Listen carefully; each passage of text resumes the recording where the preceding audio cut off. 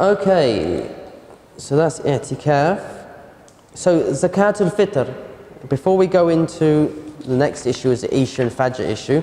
So we've got Zakat al-Fitr. So the point of Zakat al-Fitr is that people can celebrate the Eid, okay, who are not able to.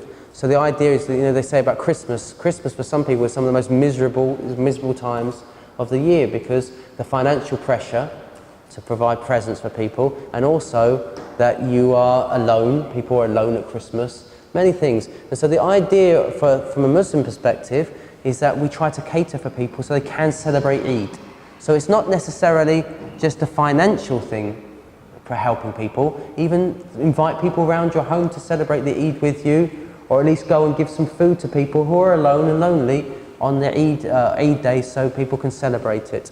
Okay, but yes, we're all obliged. People that have reached puberty and they've got the value of nisab, they are required to give Zakat al-Fitr, okay, for each family member. If you're doing it on the behalf of someone else, you should inform them. Okay, you tell them, I'm going to do it on your behalf, and that's valid for them to do that.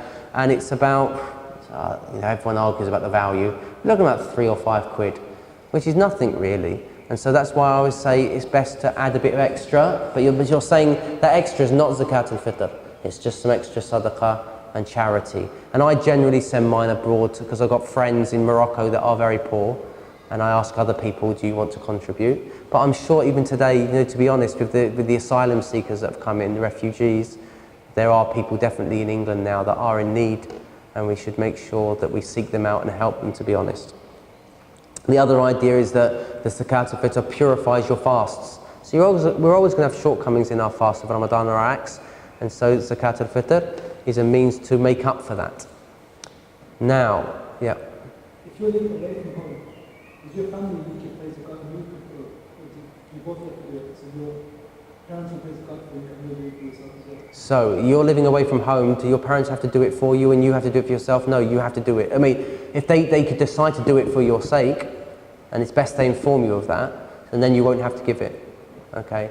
Or you can, so it's just you as an individual, give it. Does that answer your question? Yeah. Yeah, I mean, if you've got, you can give it regardless. Sorry, I might have made a mistake on that. I mean, to the best of my knowledge, it's either nisab or I've heard another position. I might be mixing stuff up. It's where you've got enough for the day. That's another. Whoever's got enough for the day, I think that's the actual position. To be honest, I might be confusing that with something else. Someone who has enough for the day is obliged upon them. Okay. So yeah, give it regardless. Basically, everyone should be giving it. Okay, Zakat al-Fitr. I mean, what is it? £3? You mean you can't give £3? The issue is with the Zakat al-Fitr though, Zakat al-Fitr can be given any time in the month of Ramadan, it's valid. Okay? I recommend giving it in the last 10 days early. The big mistake that happens in our community, the Indo-Pak community, is people give it on the Eid prayer. That's a big mistake. Because how on earth is that Zakat al-Fitr going to get to them on the day so they can celebrate? Yeah, and I've seen it. I've sat in a committee's meeting after the mosque where they're collecting it all up on the second day. I went to visit them and they've still got it there. So it's not going to get there. So I do not recommend people, and I don't know where that money goes, okay? I'm not questioning the committee, I'm sure they've got, but it needs to be there on the day, reaching them in their hands so they can actually make use of it on the day so they can celebrate the Eid. So get it out, I say, as soon as the last 10 days comes in, get it out, okay? And ask people, if you know people that are definitely worthy of Zakat al-Fitr, and you think your friends or family don't know, say, I know someone, and we collect it for them, so they get a nice fair sum of money that they can actually use it to buy toys for their kids. In Morocco, they buy toys for the kids, they've got nice food and stuff like that for them, so they can enjoy that day and be appreciative on that day. It's to celebrating Allah subhanahu wa ta'ala's blessings for them. Some of the fiqh, obviously, they say it can't be a monetary. Okay? Basically, the Shafi'is and the Malikis, at least, they have that position. To the best of my knowledge, Malikis are really strict on this. In Morocco, basically, the scholars are still adamant on this. And so all these farmers come in the last 10 days, with this sa', they've actually got the Medina, the measurement, what it'd be, it's like volume, and people are buying this grain, but no one uses it, you know.